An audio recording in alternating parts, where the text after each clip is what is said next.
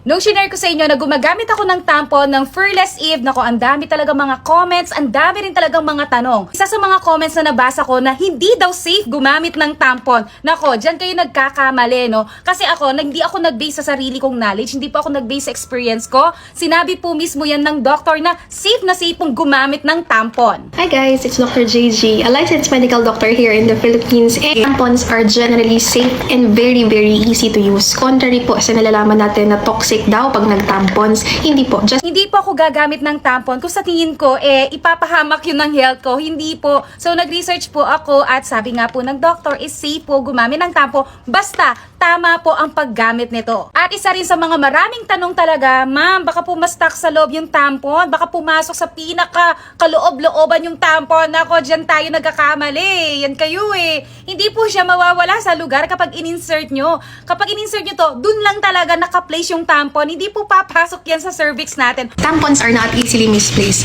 Contrary po sa nalalaman natin na pag inserted siya daw po ay nawawala, mali po yun. Overview lang po tayo ng female reproductive tract. Diyan po ini-insert ang tampon. It's just there. Hindi na po siya magpo-proceed pataas or mami-misplace anywhere. Mali po yun. So unlike napkins na pwede pong mawala sa posisyon when placed in our underwear, tampons are just there and absorbs the blood. O diba, sabi ko sa inyo, hindi talaga papasok tong tampon na to unless sa J mo talaga ipasok mo nang ipasok yan. Ako, wag ganon, walang ganon, no? Ganyan lang po yan, no? At isa nga to sa mga madaming comments na nabasa ko na, ma'am, paano yung buo-buo? Hindi niya kayang i-absorb, may stock lang yan sa loob. Di po siya may stock sa loob kasi mga buo-buo na yan, kayang i-absorb yan ng Fearless Eve tampon kasi ito, 100% cotton po yan. Ayan nga yung video, panoorin nating lahat.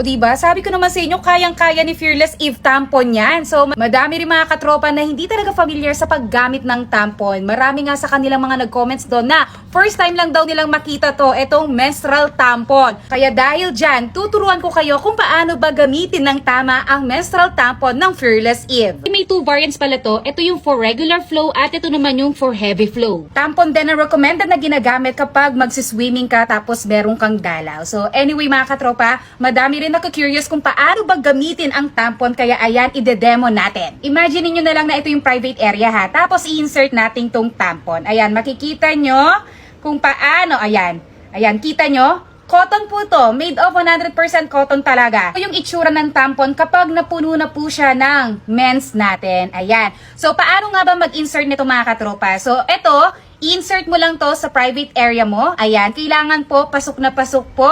Ang recommended nga, 1/4 daw ng finger mo. So, insert mo siya ng ganon. Ayan, dapat wala kang makakapa at wala kang nararamdaman na tampon pa sa private area mo. So, ibig sabihin kapag wala ka ng uneasy feeling, tama yung paglagay ng tampon mo. Ayan, mga ganyan daw yung recommended na kapag ipapasok mo sa private area mo. Kapag kasi nakaganyan yung tampon, nakakapa mo siya, nako, mararamdaman mo yan. Talagang uneasy yung pakiramdam. So, dapat nakapasok po ha, naka-insert. O, baka nag-worry ka, ma'am, baka po pumasok sa loob. Ay, nako, eto nga, meron siyang panghila.